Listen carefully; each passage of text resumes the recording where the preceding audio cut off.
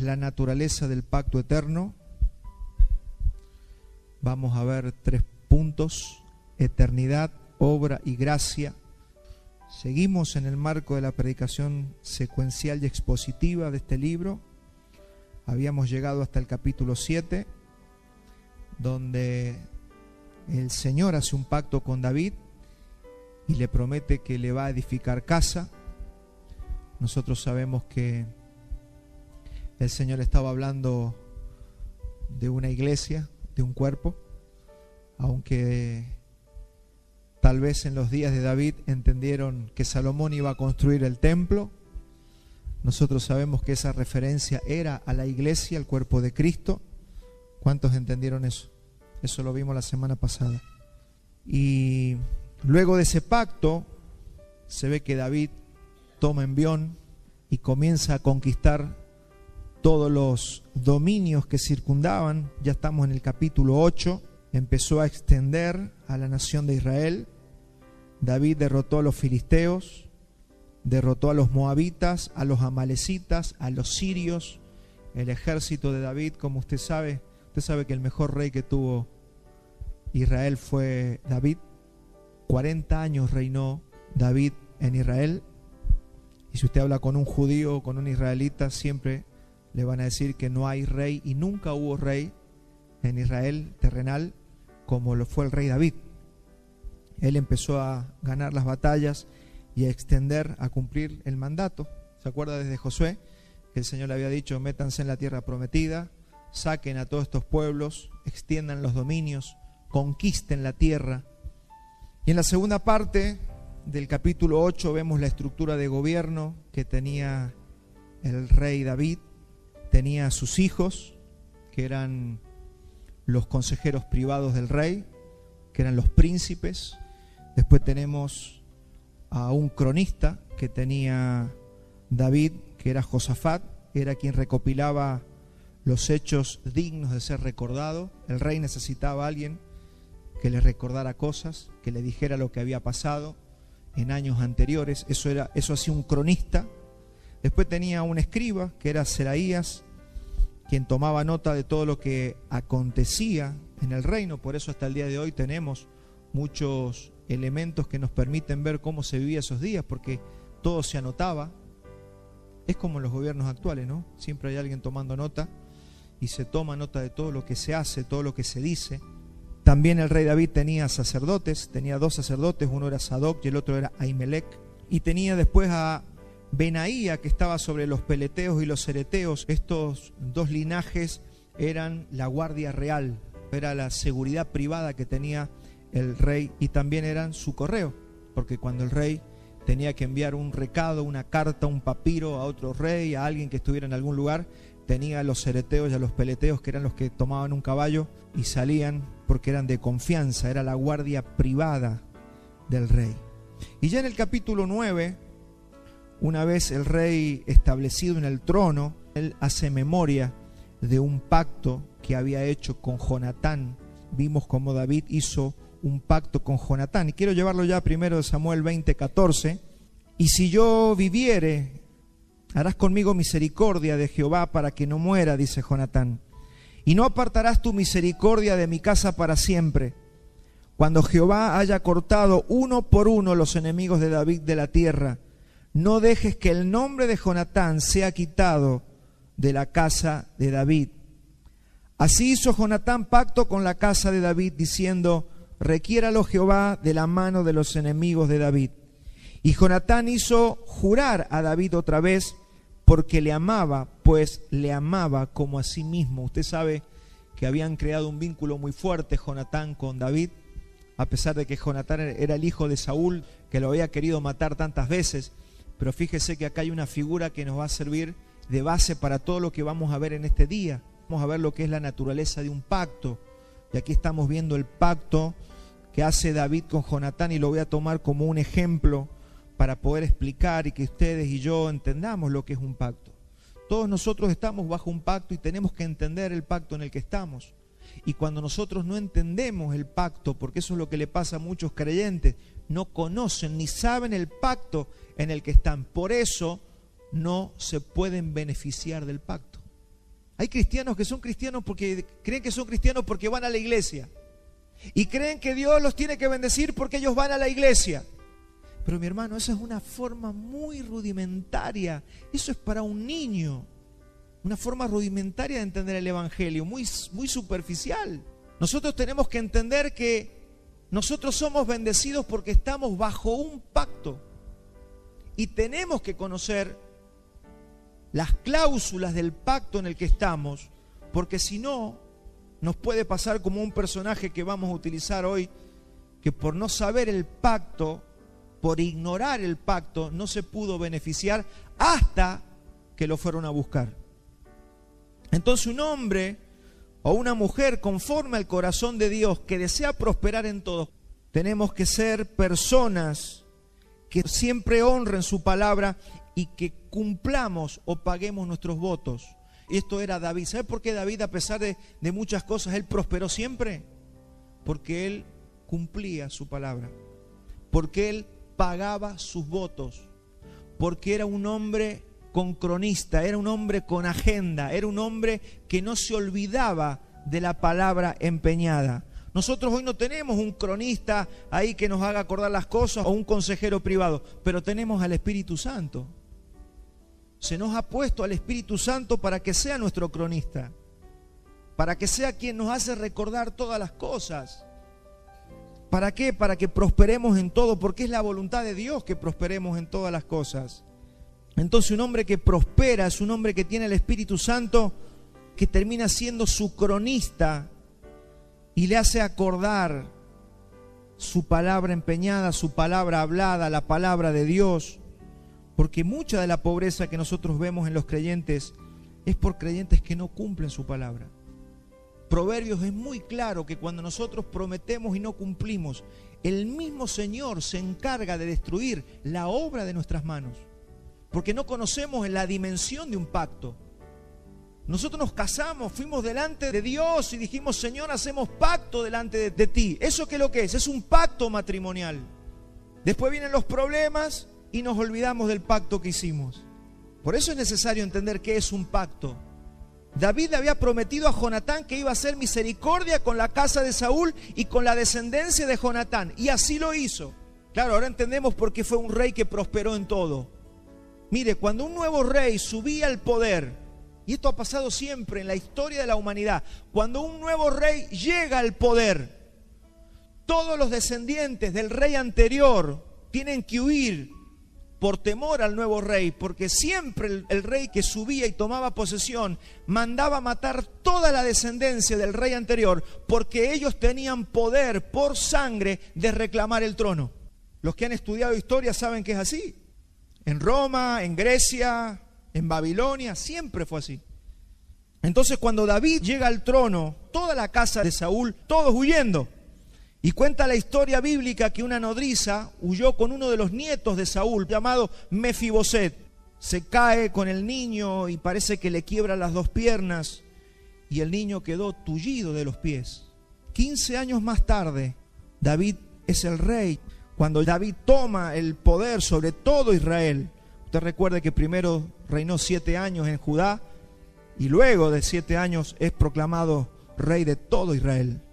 Este muchachito llamado Mefiboset ya tiene 20 años. David toma control del poder general de todo Israel y David se acuerda del pacto hecho a Jonatán. Y pregunta si ha quedado alguien de la casa de Saúl o de la descendencia de Jonatán.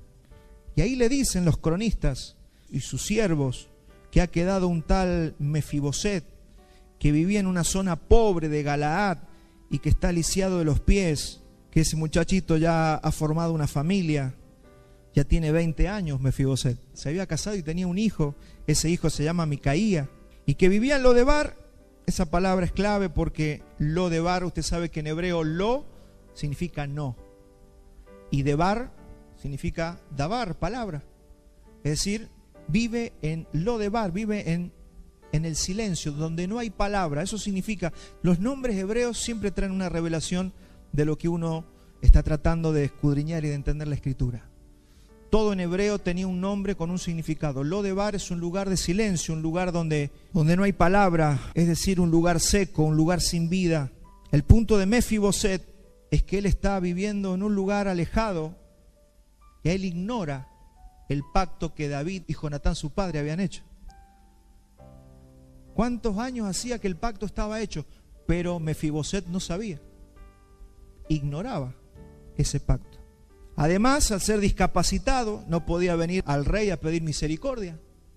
Y acá hay una gran figura de la misericordia de Dios, porque yo quiero que usted traiga esta figura que estamos viendo entre David, Jonatán, Mefiboset, y yo quiero que usted se vea, y yo me vea, como ese Mefiboset, porque eso es una figura de nosotros. Recuerda que estamos hablando del pacto eterno. Todo lo que estamos viendo en 2 de Samuel lo estamos pasando por la cruz para poder entender para nuestros días qué significa lo que estamos leyendo en la Escritura. Porque nosotros no queremos aprender historia, queremos fortalecer nuestra fe. Entonces, nos muestra la misericordia y la gracia de Dios para con nosotros. La misericordia de que Dios nos buscó, porque fue David el que dijo: no ha quedado alguien de la casa de Saúl por causa de un pacto. Esa es tu historia y es la mía. Tullido de los pies. ¿Quién de nosotros buscaba al rey? Ninguno. No podíamos. Usted no podía buscar a Dios. Usted no puede decir: yo busqué a Dios porque yo quería encontrar a Dios y yo quise ir a la iglesia. No, usted no pudo. El rey te mandó a llamar. Él nos llamó. Y segundo, aparte de que no podíamos ir por tullidos, ignorábamos el pacto.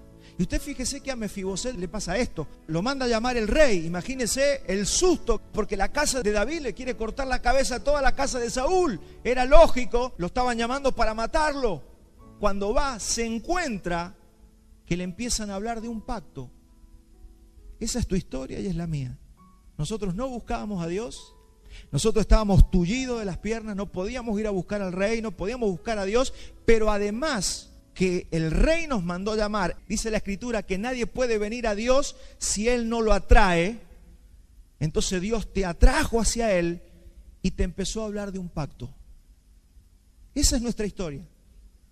Por eso te estamos hablando de un pacto que tenés que conocer, para que no estés en ese lugar llamado Lodebar, que es un lugar de silencio, que es un lugar seco, que es un lugar pobre, que es un lugar triste. Y vamos a leer 2 de Samuel 9:7. Mire las palabras de David. Le dice a Mefiboset: no tengas temor, porque yo a la verdad haré contigo misericordia por amor de Jonatán tu padre, y te devolveré todas las tierras de Saúl tu padre, y tú comerás siempre a mi mesa. Piensen que tienes que entender por la fe que el Señor en la cruz te dio todas las cosas. Yo te devolveré todas las tierras que fueron de Saúl tu padre. Imagínense la sorpresa para Mefiboset. Pensaba que le iban a cortar la cabeza y se encuentra con que le devuelven todo. Te estoy haciendo la figura de lo que enseguida nos vamos a meter de lleno en el pacto eterno que tenemos que conocer, que es el pacto bajo el cual estamos. Que es el pacto que va a sostener tu fe para siempre. Porque esto no se trata de cómo te sentís. Esto no se trata de tus emociones. Esto no se trata de cómo nos sentimos durante la semana. Esto se trata de cuánto conoces del pacto eterno. Porque los pactos son todo lo contrario a una emoción momentánea o del momento. Y como los cristianos que son debiluchos en la fe, vivimos la vida cristiana por cómo nos sentimos, por causa de que no conocemos o de que no entendemos el pacto, no tenemos mentalidad de pacto. Entonces mañana ya nos pasa algo y ya nos creemos que Dios no nos quiere. Y a pesar de todo lo que hablamos hoy, si mañana me enfermo, entonces el pastor estaba equivocado. No, somos muy flojos, hermano. Muy blandita la fe de algunos. Y esta palabra viene para fortalecerte. Que seas un hombre y una mujer bajo pacto. Porque lo que te va a sostener en la vida no es lo que sentís, es el pacto en el que estás. Fuimos hechos familia de Dios y sentados a su mesa, Termino de leer el 2 Samuel 9:7. Y le dijo David: no tengas temor, porque yo a la verdad haré contigo misericordia por amor de Jonatán tu padre, y te devolveré todas las tierras de Saúl tu padre, y tú, y guárdese esto por favor, y tú comerás siempre a mi mesa. Eso es una figura de lo que Dios te ha dado. Y tú comerás siempre a mi mesa. Lo que pasa es que yo pequé. ¿Y quién está hablando de eso? No, lo que pasa es que yo un día me equivoqué en la vida. ¿Y quién está hablando de eso? ¿Acaso David le dijo a Mefiboset: si te portas bien, vas a comer siempre de mi mesa, y si te portas mal, te mando al chiquero? ¿Le dijo eso? No. ¿Por qué? Porque él no lo estaba viendo a Mefiboset. David lo estaba viendo a Jonatán y el pacto que había hecho con Jonatán. Eso estaba viendo él. ¿Qué está viendo usted? No, yo estoy viendo que yo me equivoqué. No, yo estoy viendo que soy debilucho. Pero dice que ese mantel tapó las piernas y lo sentó a la mesa. Y no se le veía las piernas cuando está sentado a la mesa. ¿Por qué? Porque eso es la gracia. Ahora la pregunta es si usted lo cree. La pregunta es si yo lo creo. La pregunta es si yo quiero vivir así. Entonces, trayéndolo al nuevo pacto, es que fuimos hechos familia de Dios. Porque todo esto está en el Nuevo Testamento. Pablo nos habla de esto. Fuimos hechos familia de Dios y nos sentó a su mesa y nos hizo coherederos con Cristo. ¿Dónde está eso? Efesios 2:19. Así que ya no sois extranjeros ni advenedizos, sino conciudadanos de los santos y miembros de la familia de Dios. ¿Quién comía a la mesa del rey David? Los que él consideraba familia. Y como él había amado a Jonatán, el hijo de Jonatán pasó a ser su familia y lo sentó a su mesa. Pasa que hay algunos que no creen. Mi hermano, todo esto no es emoción del momento. Entonces, a veces algunos se deben pensar: que estaba re emocionado David en ese momento. No, estaba pensando en un pacto que había hecho más de 20 años antes. Pero como él era espiritual y pagaba sus votos y cumplía sus promesas, dijo que lo llamó para cumplir un pacto que él había hecho hace tantos años. Si queremos entender lo que nos ha sucedido a nosotros y la posición que nosotros tenemos y no decaer en la fe, tenemos que entender lo que es un pacto. Y podríamos haber usado el pacto que Dios hizo con David, y vamos a utilizar el pacto que David hizo con Jonatán, porque muchos son beneficiados cuando se hace un pacto. Desde Génesis vemos a Dios haciendo pacto con hombres. Vemos a Dios haciendo un pacto con Adán, vemos el pacto de Dios con Noé, hizo pacto con Abraham, hizo pacto con Moisés, hizo pacto con David y luego hizo pacto con todos nosotros por medio de Cristo. Así que la Biblia está llena de pactos. ¿Qué es pacto? Pacto es un acuerdo entre dos o más partes y se constituye siempre sobre una promesa. Hizo pacto. Cuando usted dice está bajo un pacto, ¿cuál es la promesa? La primera cosa que usted se tiene que preguntar: ¿cuál es la promesa que se hizo? ¿Usted ha hecho alguna vez con una persona: hagamos pacto, dale, hagamos pacto? ¿Y por qué hacemos pacto? Y no sé, pero hicimos pacto. No, usted hace pacto bajo una promesa o sobre una promesa. El pacto significa que esa promesa se va a cumplir. Para eso viene un pacto. Si yo le prometo a usted que le voy a dar 100 pesos y para que no quede ninguna duda, hacemos pacto. Pactamos que yo a usted el mes que viene le voy a dar 100 pesos. Entonces no queda ninguna duda. ¿Por qué? Porque se hizo pacto. Ahora, en los tiempos modernos que vivimos, la gente ni sabe lo que es un pacto. Por eso no respeta palabra, no respeta sus promesas, no entiende pacto, no entiende a Dios, no entiende nada. Hoy tenemos hombres que te dicen que un día piensan una cosa, al otro día piensan otra totalmente diferente. No, nadie tiene palabra. Esto es por la degradación del ser humano, la degradación del hombre. Cuando se pierde la cultura de Dios, se pierde la conciencia de pacto. Pero cuando nos acercamos a Dios, empezamos a recobrar la conciencia de pacto. Es por eso que los cristianos tienen que saber lo que es un pacto y sobre qué promesa está hecho ese pacto. Y tenemos muchos ejemplos rudimentarios. Por ejemplo, un acuerdo laboral es una especie de pacto. Es tiempo y esfuerzo a cambio de una promesa de dinero. Se firma un contrato que viene siendo lo más parecido a un pacto. No es que usted va a trabajar en un lugar, claro, hay mucha informalidad, pero lo normal que es que usted va a trabajar un lugar, ese lugar le pagan, pero está todo firmado bajo un contrato. Es lo más normal. El matrimonio es un pacto entre dos partes. ¿Cuál fue la promesa cuando nos casamos? Y te amaré hasta que la muerte nos separe. ¿Sí o no? Esa es la promesa. ¿Y cómo sabemos que me vas a amar hasta que la muerte nos separe? Porque hicimos un pacto delante de Dios. Se hacen promesas y se juramentan delante de Dios. También los que gobiernan y los gobernados se unen ¿bajo qué? Bajo una constitución. Entonces, ¿bajo qué promesa? Ahí, está bien, yo te voto para que vos me gobernés, pero tenemos una constitución sobre esas promesas. No podés hacer lo que a vos se te dé la gana. Se supone, ¿no? Fíjese la degradación. Pasa que nosotros vemos la degradación humana hoy sobre la faz de la tierra. Entonces esto es importante porque toda nuestra vida cristiana descansa sobre el cumplimiento de una demanda. Descansa sobre una obra. Y ahí es donde nos vamos a meter en lo que llamamos un pacto de obras. Y en una promesa de que roto ese pacto que se hizo en el Edén, un Salvador obedecería para imputarnos esa obediencia que alcanzaríamos por la fe. Eso le llamamos pacto de gracia. Hoy vamos a ver pacto de obra, pacto de gracia y pacto eterno o pacto de redención.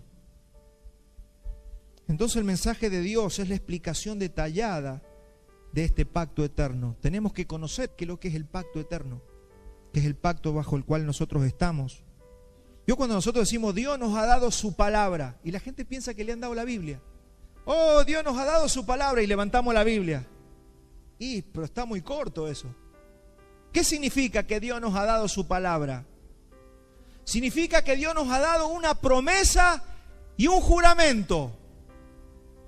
Así que el libro ese que usted tiene llamado Biblia es la promesa de Dios y el juramento que Dios le hizo a usted. Así que a usted no le sirve estudiar historia bíblica, qué bonita el arca de Noé. Si usted no lo entiende con una mentalidad de pacto, usted va a perder toda la vida leyendo la Biblia. Porque la Biblia es el mensaje de Dios, es la palabra que Dios, cuando decimos te doy mi palabra. Eso es la Biblia, por eso Dios nos dio su palabra. Es pacto de lo que estamos hablando. Pacto. Entonces Dios no solo nos habla la palabra, sino que encarna esa palabra en la persona de Cristo. ¿Tenés alguna duda? Yo voy a encarnar mi palabra. Mi palabra, yo la voy a hacer carne para que vos la veas, para que la palpes, que es lo que dijeron los apóstoles. Y vimos su gloria entre nosotros, caminó entre nosotros. Es la palabra de Dios hecha carne.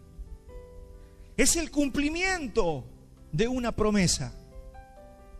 ¿Es el cumplimiento de qué promesa? Eso es lo que usted se tiene que preguntar. ¿Cuál es la promesa? ¿Cuál es la palabra? Quiero conocerla, porque si estoy bajo pacto, si soy un Mefiboset que está tullido, que vive en Lodebar, que no entiendo nada, pero si estoy bajo pacto quiero saberlo.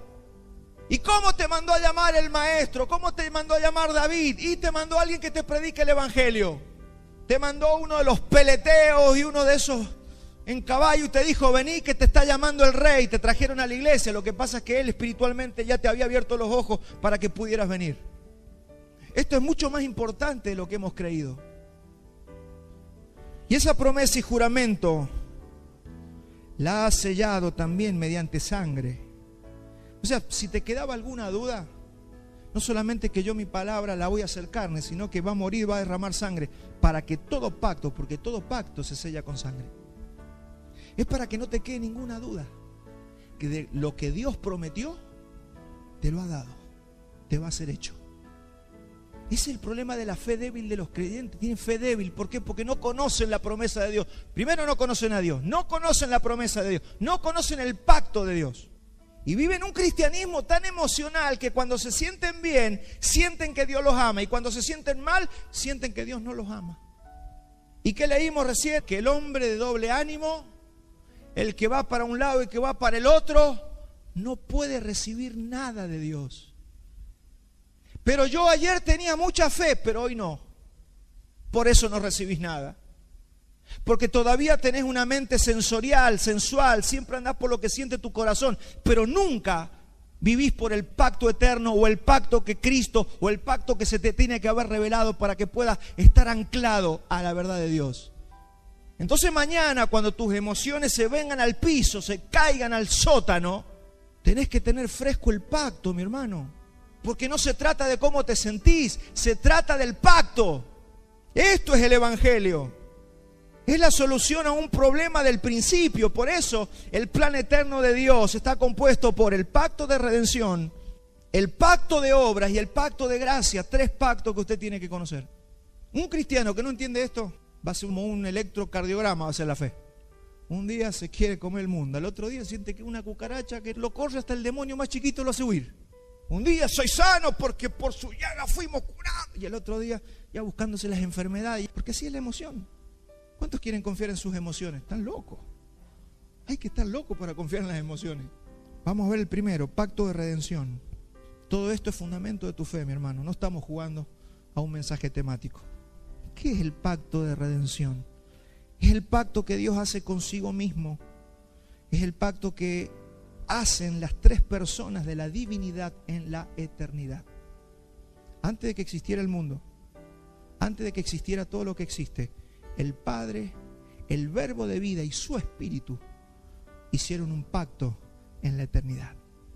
Antes de que usted naciera. ¿Dónde está eso, pastor? Que quiero tener un fundamento escritural. Hebreos 13:20. Y el Dios de paz, que resucitó de los muertos a nuestro Señor Jesucristo, el gran pastor de las ovejas, por la sangre del pacto eterno. Ahí hay un pacto eterno. Eso no es un pacto hecho con hombres, es un pacto eterno. El pacto eterno lo hizo Dios consigo mismo, antes de que existiera el mundo. Es un pacto hecho en la eternidad por las 3 personas de la divinidad antes de que todo existiera. Dios el Padre, Dios el Espíritu Santo y Dios el Hijo.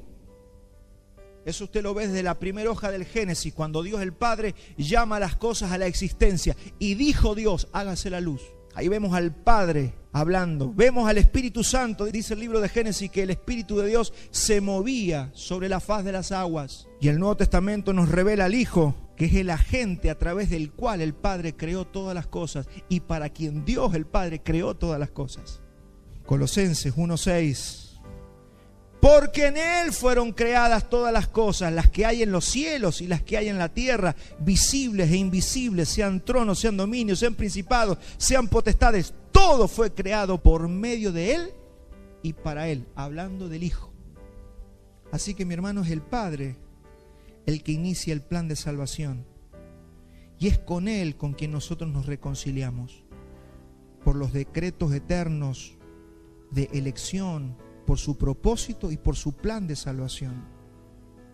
Y es el Padre el que envía al Hijo al mundo para lograr dicha redención en favor nuestro.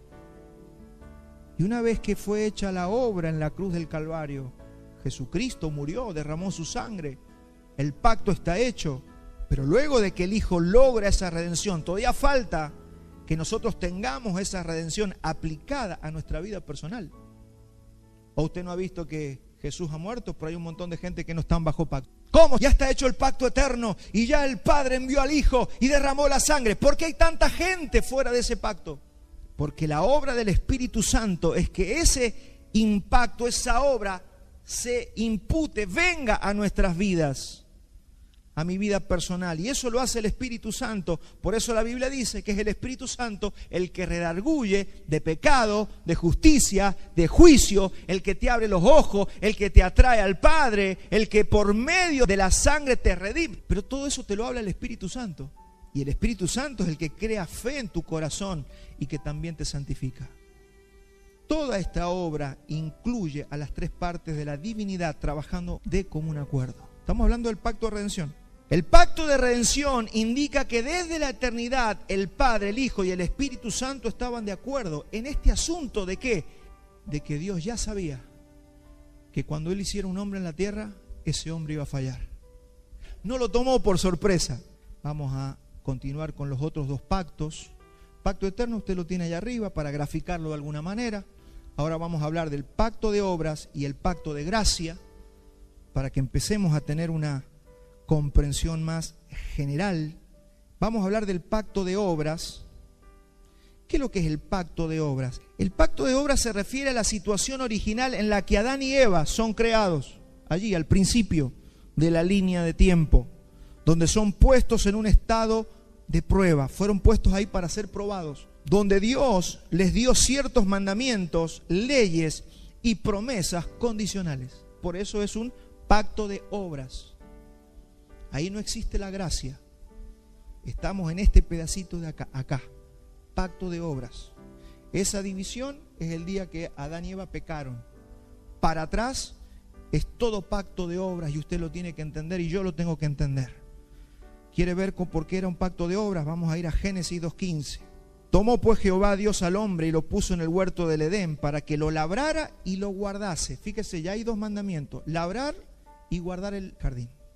Y mandó Jehová Dios al hombre diciendo: de todo árbol del huerto podrás comer, mas del árbol de la ciencia del bien y del mal no comerás, porque el día que de él comieres ciertamente morirás. Entonces había una condición para que el hombre viviera la bendición de Dios.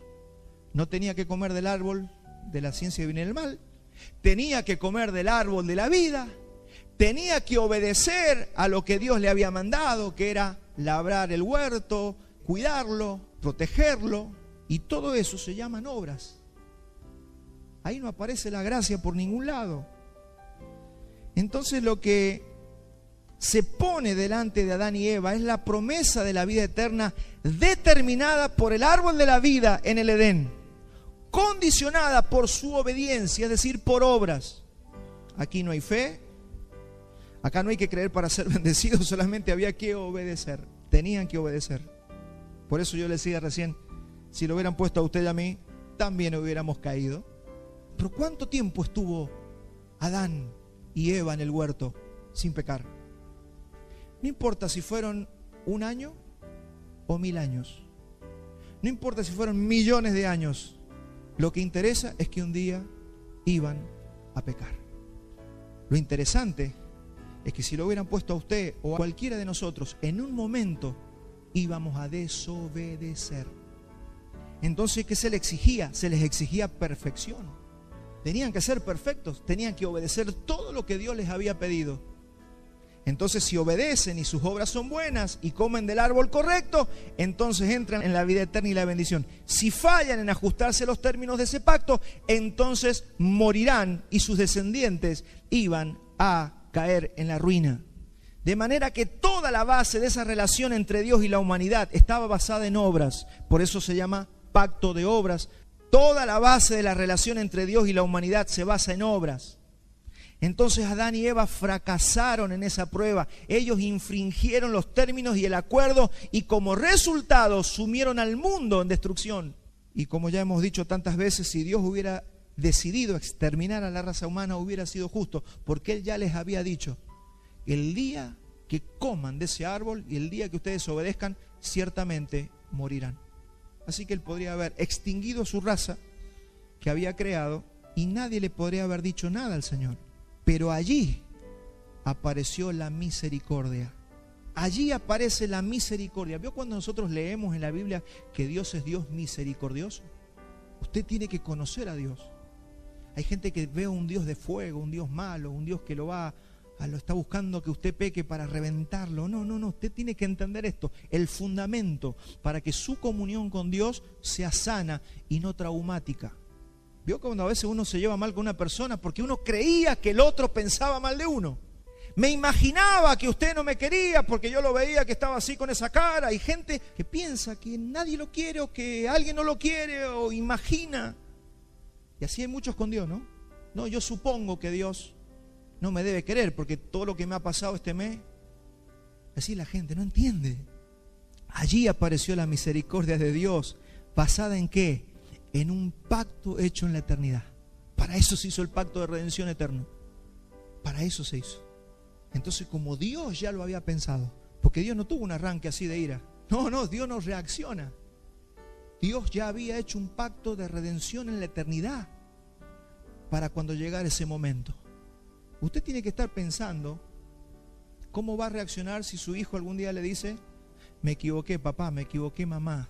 ¿Qué va a hacer usted cuando su amigo le diga que falló? ¿Qué va a hacer usted si algún día te mandó a alguien a hacer un recado y esa persona pierde la plata o le chocan el auto? Usted tiene que saber cómo va a reaccionar. Usted no puede ser emocional. La gente emocionalista comete errores. Por eso siempre le digo a la iglesia: usted tiene que pensar el día de su muerte. Usted tiene que planificar. Usted tiene que esperar lo mejor, pero estar preparado para lo peor. Porque si no, la gente, ¿qué hace? Se desilusiona de Dios. Y yo pensaba que a mí me iba a ir bien, pero no le fue bien. Primera de Pedro 1:18. Esto afirma lo que estamos hablando de este pacto de redención, este pacto eterno. Dice: sabiendo que fuisteis rescatados de vuestra vana manera de vivir, la cual recibiste de vuestros padres, no con cosas corruptibles como oro o plata, sino con la sangre preciosa de Cristo, como de un cordero sin mancha y sin contaminación. Preste atención: ya destinado desde antes de la fundación del mundo, pero manifestado en los postreros tiempos por amor de vosotros. Él ya pensó en nosotros. Por eso le decimos Padre. Y Él no es un padre como nuestros padres terrenales. Él es buen padre. Nosotros nos podemos haber olvidado de muchas cosas de nuestros hijos. El Padre Celestial sabe de qué cosas ustedes tienen necesidad. Así que, hermano, empezá a amar a tu padre, empezá a amarlo. Deja de cuestionarlo por la ignorancia. Empezá a amar a tu papá. Lo cuestionamos porque ignoramos la palabra, ignoramos el pacto, no conocemos la palabra. Por eso le recriminamos a Dios muchas cosas. Usted nunca lo va a encontrar a David: oh, estoy enojado con Dios. Nunca. Primero, porque oraba. Segundo, porque era un adorador. ¿Se entiende lo que es un pacto de obras? Condicional. Haces, te bendigo. No haces, no te bendigo. ¿Me acompaña el pacto de gracia? Luego del pecado, Dios le dio a conocer al hombre el plan de redención. En el momento que peca se lo revela. O al menos se lo empieza a revelar. Porque cuando éramos ignorantes decíamos: bueno, antes de la cruz era por obras. Y ahora estamos en la gracia. Eso es ignorante, niños, cuando éramos niños. Pero hoy vamos creciendo y ya podemos entender en mayor profundidad. ¿Cómo que apenas pecó le reveló el plan de redención? Vamos a Génesis 3:15. Dice: y pondré enemistad entre ti y la mujer, y entre tu simiente y la simiente suya. Esta te herirá en la cabeza y tú le herirás en el calcañar. Allí está lo que se conoce como el protoevangelio. ¿Por qué? Porque le está diciendo a la serpiente, dice: pondré enemistad entre ti y la mujer. Esa mujer es la iglesia. Pondré enemistad entre ti y la mujer. Y después dice: voy a poner enemistad entre la simiente de la serpiente y la simiente de la iglesia. ¿Quién es la simiente de la iglesia? Cristo, mi hermano. Él es la simiente. Usted es la iglesia, pero ¿quién es la simiente de la iglesia? ¿Cuál es el esperma de la iglesia? ¿De dónde venimos nosotros? Venimos de Cristo, del Mesías. Y va a haber lucha. Dice: voy a poner enemistad entre la simiente de la serpiente y la simiente de la iglesia. Y dice: va a haber guerra entre estas dos. Una, es decir, la simiente de la serpiente te va a herir en el calcañar, pero tú la vas a herir en la cabeza. El golpe de Cristo en la cruz fue certero. Ese es el protoevangelio. Ya le estaban revelando al hombre que iba a venir la redención.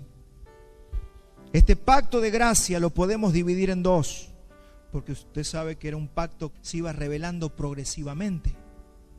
Y aunque ya el pacto había sido hecho en la eternidad, todavía se tenía que manifestar legalmente acá en la tierra. Tenía que venir el cordero a morir y derramar la sangre aquí en la tierra.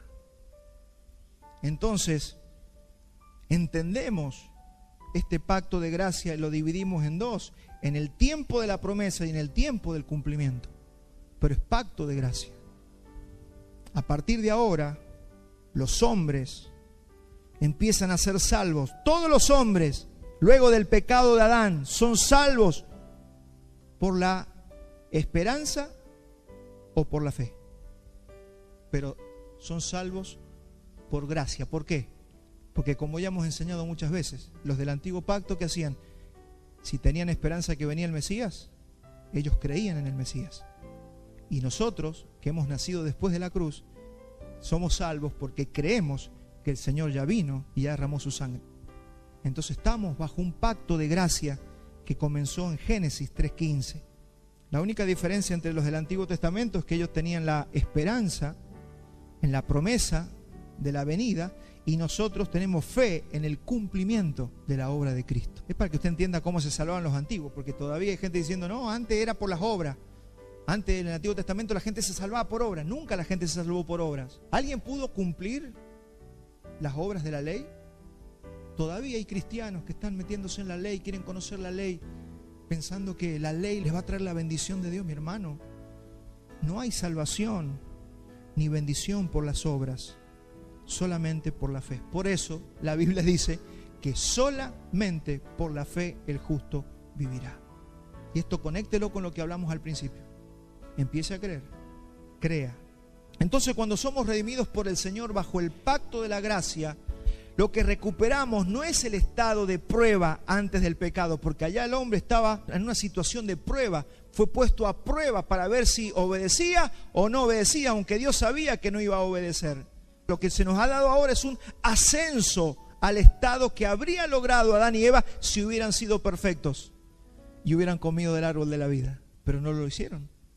Entre la desobediencia de Adán y Eva está el no comer del árbol de la vida.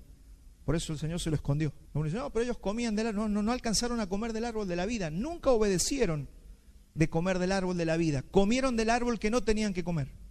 Y ahí estuvo la desobediencia. Entonces ahora nosotros, cuando somos redimidos por ese pacto eterno, es como si hubiéramos comido del árbol de la vida y hubiéramos obedecido toda la obra que se le demandó a Adán y Eva, para que usted recupere su estima en Cristo Jesús. Así que, mi hermano, no es volver a un estado de inocencia y tener que pasar nuevamente por la prueba.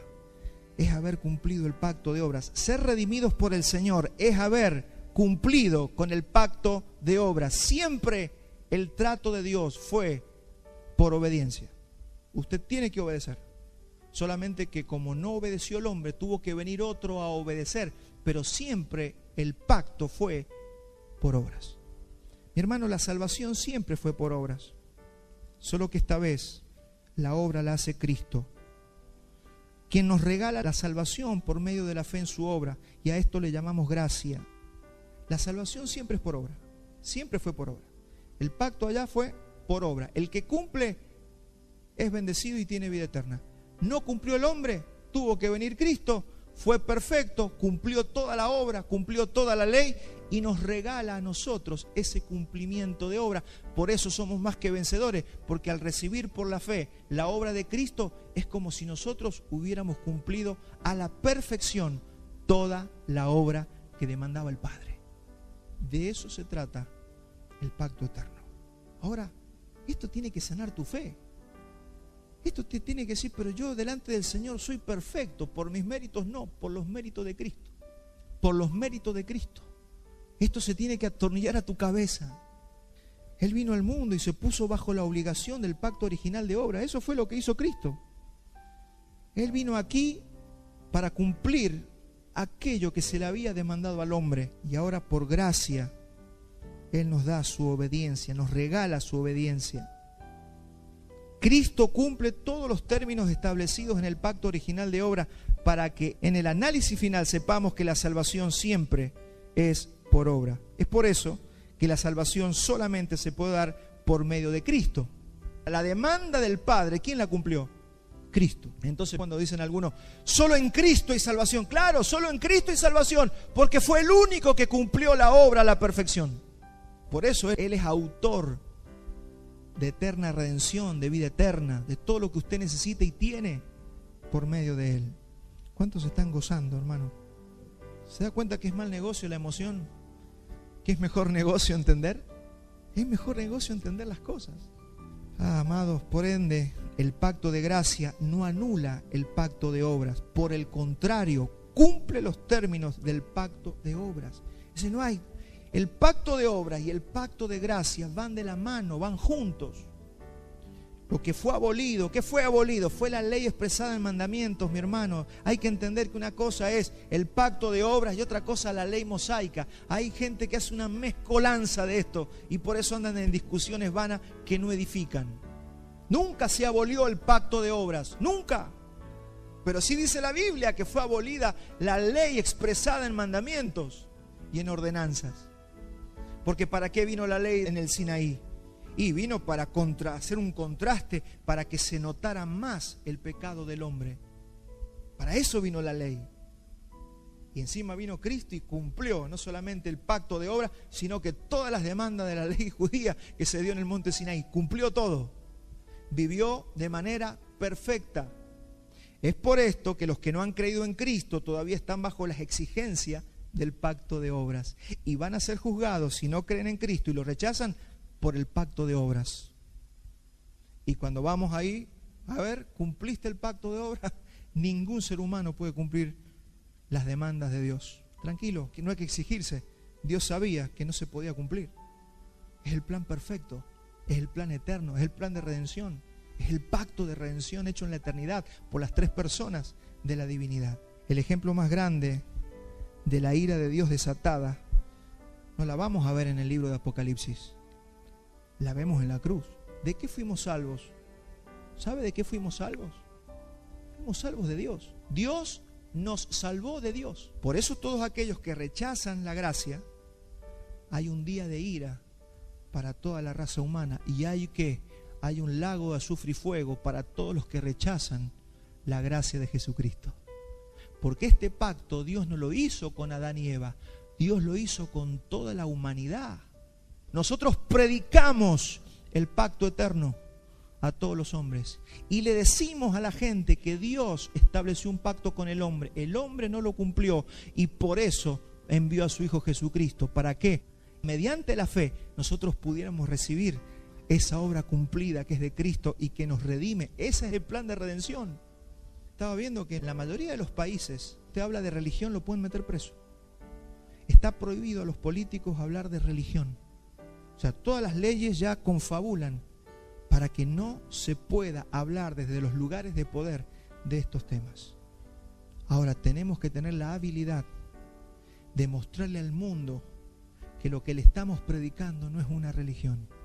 Le estamos predicando la vida y la única manera de que el hombre pueda vivir conforme al Creador de todas las cosas.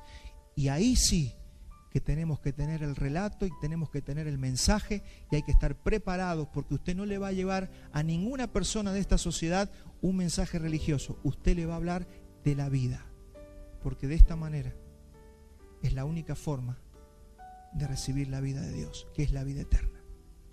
¿Cuántos dicen amén? Entonces, mi hermano, la justicia de Dios se satisfizo plenamente en el acto de la cruz, pero al mismo tiempo es el ejemplo más claro de la gracia de Dios para con nosotros, porque esa ira es recibida por otra persona que no somos nosotros. Él, Señor Jesucristo, recibió la ira de Dios por vos y por mí.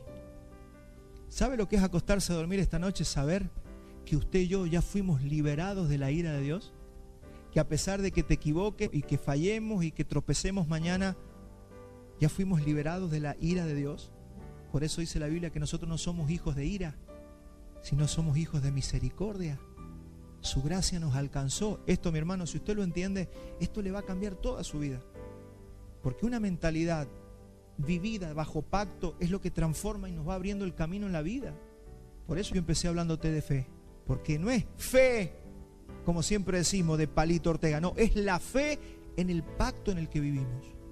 Entonces todo se simplifica. ¿Usted se acuerda que Jesús lo querían apedrear y no lo pueden agarrar? Lo querían, dice, tirar por un despeñadero, por un precipicio y no podían.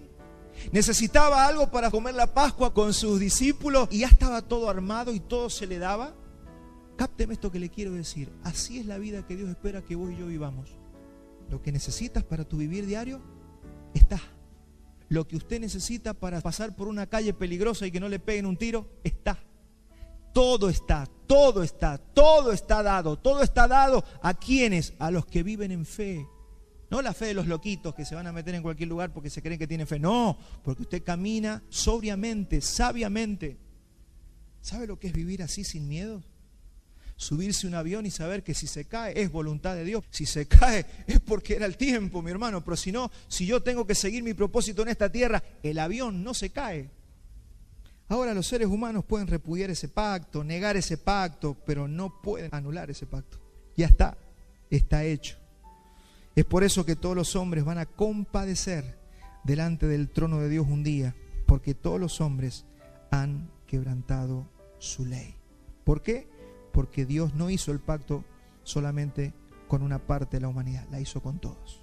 Entonces, David es el padre, Jonatán es el hijo, y usted y yo somos el Mefiboset, que estaba en un lugar tullido de los pies hasta que el rey nos manda a llamar y nos sentó a su mesa. ¿Qué culpa tenía Mefiboset? Póngase a pensar, porque esta es una pregunta que se hacen muchas veces las personas. ¿Qué culpa tenía Mefiboset si tenía 5 años cuando todo el mundo salió corriendo porque había sido coronado rey David? ¿Quién pecó?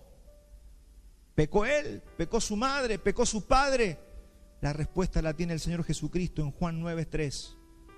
Le preguntaron a Jesús, ¿quién pecó para que éste esté paralítico? Y dice Juan 9:3, respondió Jesús, no es que pecó éste ni sus padres, sino para que las obras de Dios se manifiesten en él. Ahora se da cuenta por qué pecó el primer hombre y la primera mujer. ¿De quién fue la culpa? ¿Por qué Dios no lo hizo más perfecto, Adán y Eva, para que no pecaren? No importa, todo fue diseñado para que nuestro Dios sea glorificado. ¿Cómo se iba a dar a conocer Dios si no hacía un plan tan maravilloso y tan perfecto? El único pecado de Mefiboset, ¿sabe cuál era? Ser descendiente de Saúl. ¿Sabe cuál es nuestro único pecado? Ser descendiente del primer Adán. Ese es nuestro único pecado. Y de eso nos libró el Señor. Porque Él no solamente perdonó todos tus pecados, sino que crucificó a tu viejo hombre en la cruz del Calvario. Por lo tanto, el nuevo pacto o el pacto eterno es mejor porque tiene mejores promesas. ¿Se da cuenta que son mejores promesas? Hebreos 8:6 dice, pero ahora mejor ministerio es el suyo, cuanto es mediador de un mejor pacto establecido sobre mejores promesas. Hagan de este mensaje un fundamento para su vida. Hagan de este mensaje un fundamento. Estos son los primeros ladrillitos que estamos poniendo allí, la piedra angular que estamos poniendo para revisar los fundamentos de nuestra vida cristiana. Porque hay que revisar que la casa no esté agrietada, que las columnas estén firmes, porque los días que se vienen sobre la tierra son días duros. Y si usted no está cimentado en la palabra, usted corre el serio riesgo de quedar en el camino. Así que fundaméntese, revise la zapata, revise cómo está el piso, cómo está el cimiento abajo de sus pies, donde usted levanta su vida cristiana.